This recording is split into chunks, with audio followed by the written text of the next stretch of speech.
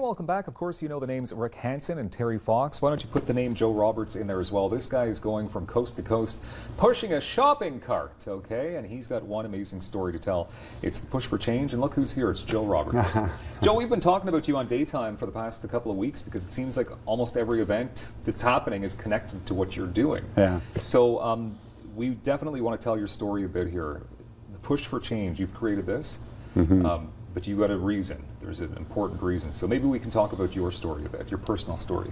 Sure. I found myself street involved at a very young age. 1989, you'd have seen me pushing a shopping cart around the streets of Vancouver, collecting cans and bottles and supporting a drug dependency. But that's just sort of the end of this story. I came from a normal middle-class Canadian family. I had some big challenges as a young man.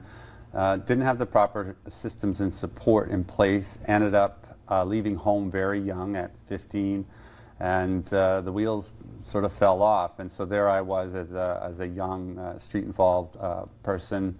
Fortunately for me, the system worked. I got a second chance thanks to my mom and an OPP police officer. I went back to school.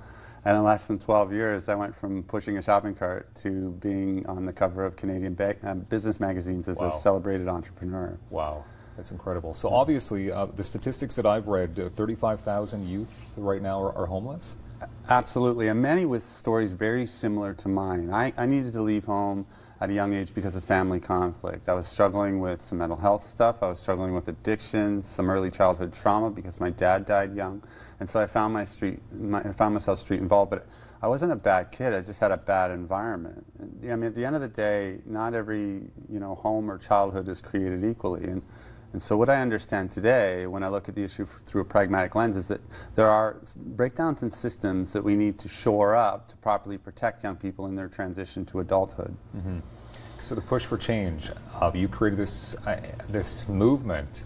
You've been on the road, literally, for how long at this point?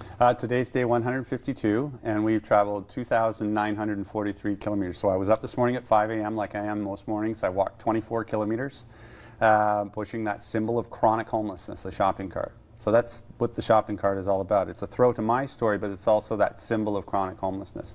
Wow. And we left St. John's on May 1st, and we came into Hawkesbury last Thursday, and 2 days ago we reached Parliament Hill.